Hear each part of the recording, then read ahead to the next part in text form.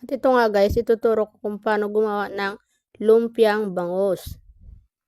Siyempre nga guys, una, naghimay muna ako ng bangus.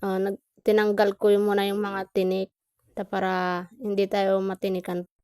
At ito nga yung pinsan ko si Chiska, nagpatulong ako sa kanya na maghimay ng bangus para mabilis. At yan nga, nilagyan na rin ni mama ng carrot. Sinalo niya na din dun sa nahimay namin na mga bangus. At ako naman ay naghihiwa ng celery.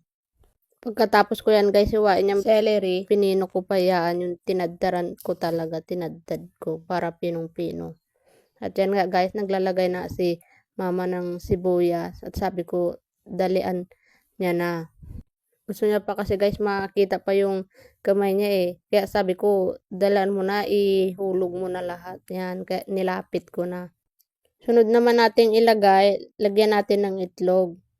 Yan guys, nilagyan natin ng 2. Pero sabi ko mukhang kulang.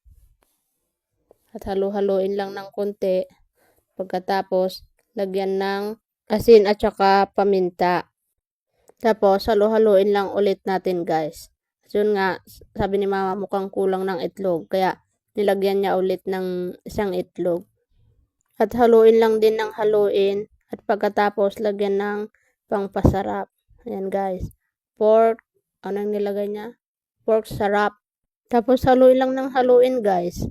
Para mag-mix yung niya, yung mga ricado na manilagay mo dyan. At naglagay pa nga ulit si mama ng kalahating pork sarap para mas masarap daw.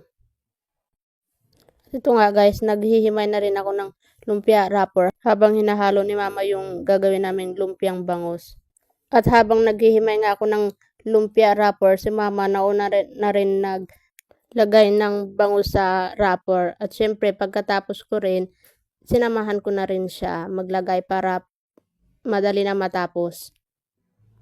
At hindi ko na naabutan na niluto na ni mama yung lumpia. Kaya ito na, tapos na naluto nung nakita ko.